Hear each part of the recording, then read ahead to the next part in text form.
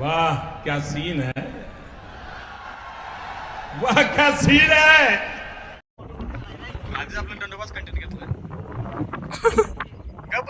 बाहेरचं वातावरण तर तुम्हाला दाखवलेलं आहे. आतमध्ये कसं काय ते आपण मंदिराच्या आत जाऊन बघून घेऊ. अरे कहना क्या चाहते हो. ते ग्रुपमध्ये असं एक पोरगा असतो जे बाकी सगळे मित्र फिरायला लागले ते तरी पण त्याचं काहीतरी वेगळं चालू असते बघा. तू मेरे से प्यार करती है या नहीं करती ये बता दे तू. तर नमस्कार मित्रांनो, मी तुमच्या सगळ्यांचं लाडका मिस्टर राजू स्वागत करतो माझ्या छोट्याशा व्लॉग मध्ये. तर आज आपण चाललोय बघा दंडोबाच्या डोंगरावरती. तर चला जाऊया. दंडोबाच्या डोंगरावरती मला असं कळले की खूप सारे लांडगे आल्यात. तर तेच लांडगे आम्हाला दिसतात का नाही, आणि दिसले तर 100% तुम्हाला दाखवतो. तर चला जाऊया, दिसतात का. तोपर्यंत तुम्ही थोडासा निसर्गाचा आनंद घ्या. तर जाऊया चला पुढे.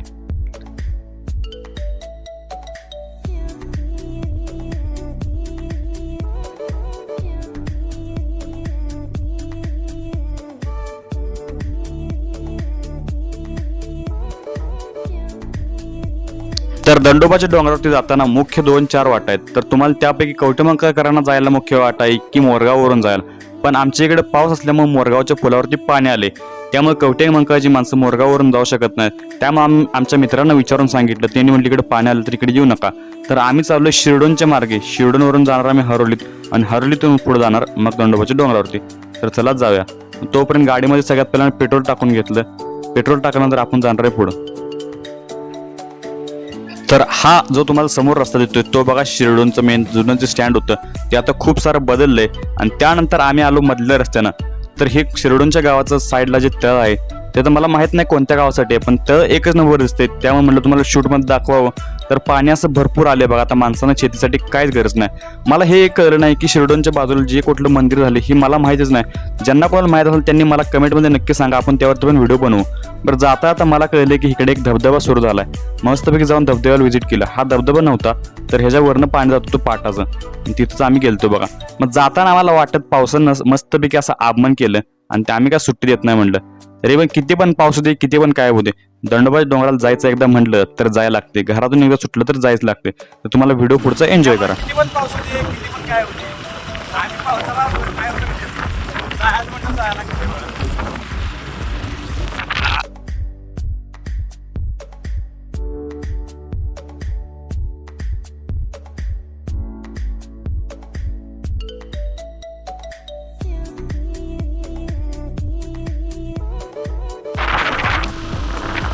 मस्तपैकी आपल्याला सुंदर असा घाट बघायला भेटणार आहे.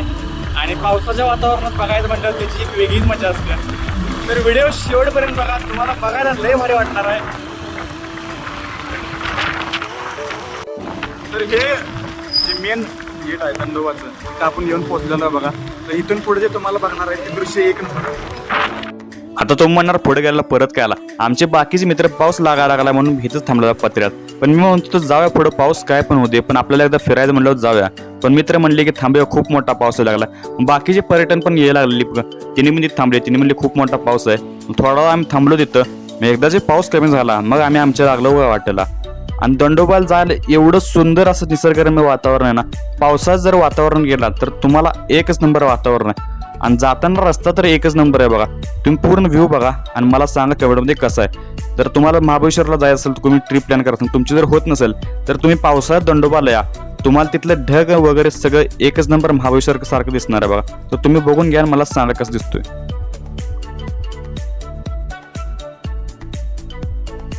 आम्ही घरातनं दुपारचं निघलेलो बघा. आम्हाला वाटलं पाऊस वगैरे काही येणार नाही, त्यामुळे आम्ही तसंच निघलेलो. पूर्ण पावसाला आम्हाला भिजवून टाकलं. आमचे कपडे तर पूर्ण भिजून निघलेले.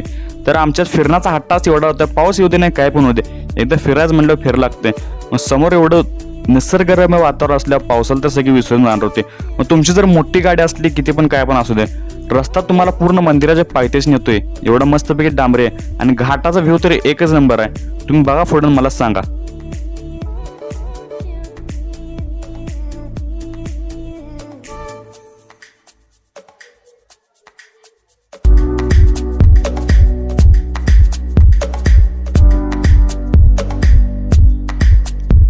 आणि दंडोबाच्या डोंगरावर सगळ्यात मेन म्हणजे इथं खूप सारे असे प्राणी आहेत, जसे की नाग, साप, विंचू, वगैरे कोल्हा लांडगा भरपूर असे प्राणी आहेत. तर त्या प्राण्यापासून तुम्ही सावधान राहा. आणि सगळ्यात डेंजर दंडोबाच्या डोंगरावर प्राणी तो म्हणजे तरस.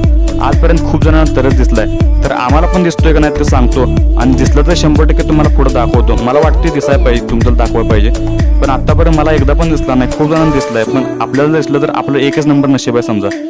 आणि दंडोबाच्या डोंगरावरती पहिल्यांदा असं झाले की खूप सारे ट्रॅफिक झाले. दरवेळी इथे येतोय तर गर्दी काहीच नसते. आता हे ठिकाण म्हणजे खूप साऱ्यांना प्रसिद्ध झालं सोशल मीडियावर. तर तुम्हाला पण हे असलं तर तुम्ही पण नक्की या. ठिकाण बघण्यासारखं खूप सारे बघा.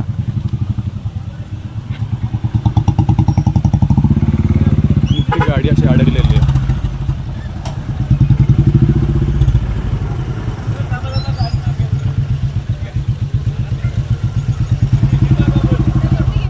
तर आता आपण येऊन पोहोचलो बघा मंदिराच्या पायथ्याशी. आणि ह्या मंदिराचं वैशिष्ट्य म्हणजे ह्या मंदिराला कोणतंही शिखर नाही. अशी खूप सारी मंदिर आहेत, त्यापैकी हे एक मंदिर आहे. आणि हे मंदिर पूर्णपणे गुहेत बांधलेलं आहे आधीच्या माणसांनी. तर त्यामुळे बघायला पण एकच नंबर वाटते. तुमच्याकडे असं मंदिर आहे का नाही मला.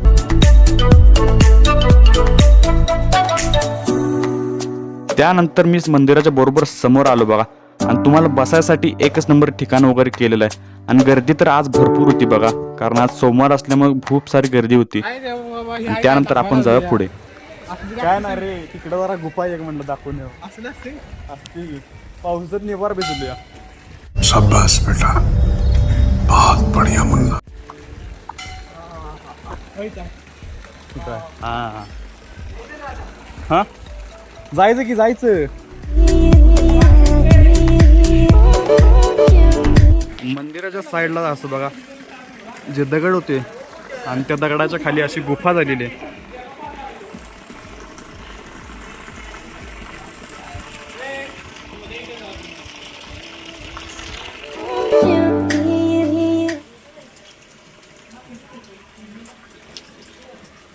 छोटीशीच महादेवाची पिंड होती, आणि इथे एक आतमध्ये गुफा होती. तिथं आधी प्राणी वगैरे जाऊन बसायचं, आता काय नाही सोडा.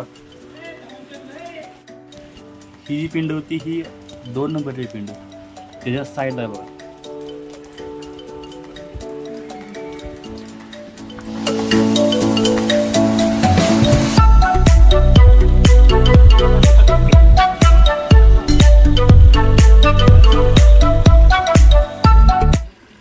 आयुष्यात किती पण मोठं होते, पण असले काहीतरी खेळणी बघितले आपल्याला पण बसं वाटणार. पण आता पावसामध्ये भिजले होतं त्यामुळे मी तर काय बसणार ना. पण लहान मुलांना बसण्यासाठी एक चांगलीच व्यवस्था केलेली आहे बघा. जेव्हा पण तुमच्यासोबत लहान मुलं येईल तर मंदिराच्या बरोबर साईडच्या बाजूला व्यवस्था केलेली आहे. तर तुम्ही बारक्या पोरांना इथे खेळायला वगैरे घेऊन येऊ शकता, काय विषय नाही. बाहेरचं वातावरण तर तुम्हाला दाखवलेलं आहे. आतमध्ये कसं काय ते आपण मंदिराच्या आत जाऊन बघून घेऊया. क्यूटचं असं आपल्याला मांजर दिसलेला आहे. अच्छा,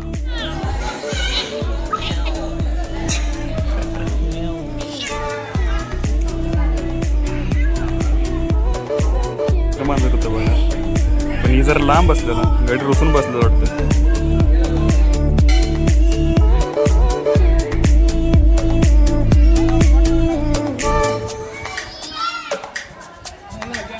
ते ग्रुपमध्ये असं एक पोरगा असतो जी बाकी सगळे मित्र फिरायला लागले ते, तरी पण त्याचं काहीतरी वेगळं चाललं असते बघा.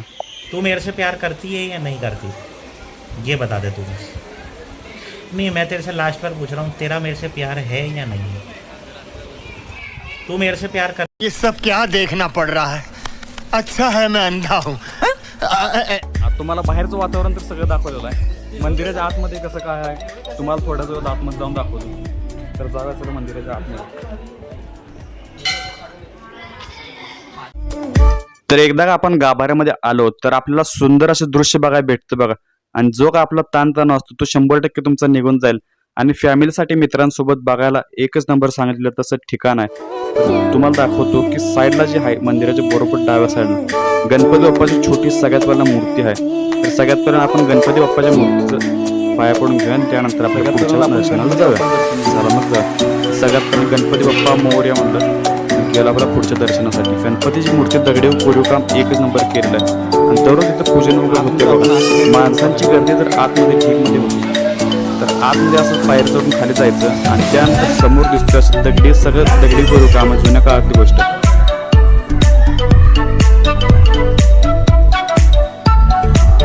आणि जेव्हा आम्ही लहानपणी येत होतो इथं लाईटिंगचं खूप सारं म्हणजे शॉर्टेज असायचं, खूप सारी लाईट पण नसायची. पण आता खूप सारी लाईट वगैरे केले, व्यवस्था एकच नंबर केले. समोर दिसतं आपली महादेवाची पिंड आणि त्यानंतर 5 म्हणजे त्याच्यावरती नाग आहे. तर मस्तपैकी असं व्ह्यू आहे बघा, सुंदर असं व्ह्यू आहे. आणि इकडे दिसते ते साईडला अशी गुफा केलेली आहे प्रदक्षिण घालला. लहानपणी आमच्याकडे मोबाईल पण नसायचा आणि इथं लाईट पण नसायची. इथं कसं बस आम्ही सुटून जायचं आमच्यावर माहिती. आता मस्तपैकी लाईट वगैरे लावून नियोजन केलंय. इथे एक बल्ब लावलेला आहे आणि पुढच्या बाजूला एक बल्ब लावलेला, तुम्हाला दाखवतो. मध्ये बल्ब लावलेला, छोटीशीच गुफा आहे. तर हा 2 नंबरचा बल्ब म्हणजे आम्ही जेव्हा लहानपणी होतो ना तेव्हा खूप जणांच्या माझ्या तर डोसक्याला दगड वगैरे लागायचे बघा इथं.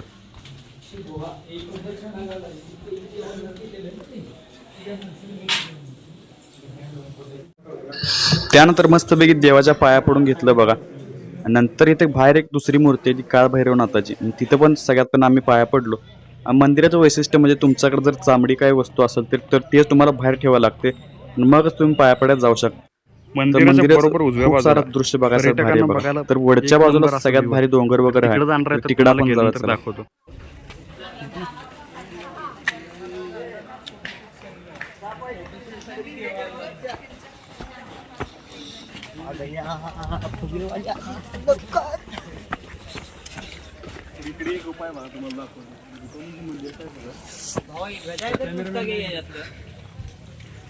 तू मार खाचील आता, असली नाटकी करायला लावू नको इथं मला.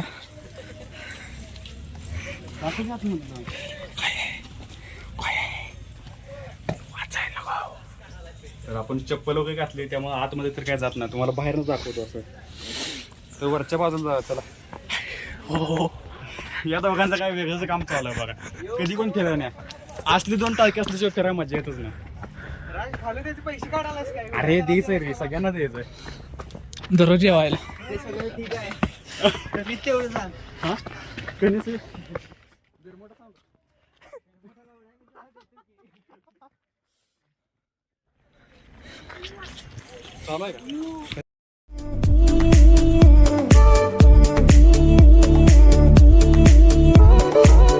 आता हे जे समोर दिसतंय त्यावरती माणसं आलं ते, ह्याच्या बरोबर वरती असं भव्य दिव्य असं भगवा झेंडा लावलेला आहे बघा. आणि हे पहिल्यांदा बघायला मला दृश्य भेटते की दरवेळी आम्ही जेव्हा येतो इथं तेव्हा 100% अशी पायवाट असायची, पण ह्यावेळी ब्लॉक्स वगैरे घालून ठेवलं बघा. तर फिरायला एकच नंबर ठिकाण त्यांनी बनलेलं. तिथं फॅमिली वगैरे तर भरपूर येतात फिरायला, आणि तुम्ही पण तुमच्या फॅमिलीसोबत नक्कीच या. तर आम्हाला काय दिसते समोर बघूयात. तर सगळ्यात पण आम्हाला अशी माकडं दिसलेली आहेत. तर सगळ्यांपासून माकडांपासून भ्यायची काय गरज नाही, कारण ही माकडं आपल्या इथलीच आहेत, त्यामुळे काय भ्यायची गरज नाही. त्यांना वगैरे खायला तुम्ही काय पण आणू शकताय, पण असं बिस्किट वगैरे काय देऊ नका, कारण वन्य प्राणी असं खायला द्यायला चांगलं नसतंय. आणि निसर्गरम्य वातावरण तर एकच नंबर झालं. तर दंडोबावरती फिरायला तो पण असं वाटायला लागलं कुठं महाबळेश्वर किंवा कोकणमध्ये कुठं फिरायला. ढग पण असं व्यवस्थित आलं बघा. आणि पाऊस आलता, तर पाऊस जेव्हा इथं येतो तेव्हा पाऊस गेलाय, आणि वाटेवर नेलं तेव्हा नुसता पाऊस होता. देखा आपने लापरवाही का नतीजा है. मस्तपैकी सगळ्यात पहिल्यांदा दृश्य वगैरे काढून घेतला आणि मस्तपैकी फोटो वगैरे आमचे काढून घेतले. आणि त्यानंतर आम्ही गेलो पुढच्या पॉईंटला, ते म्हणजे सेल्फी पॉईंट. आणि इथं असे खूप सारे सेल्फी पॉईंट आहेत. तर मित्र म्हटले सगळ्यात पहिल्यांदा तिकडे जाऊया आणि मग बाकीचं बघूया. चलाच जाऊया मग.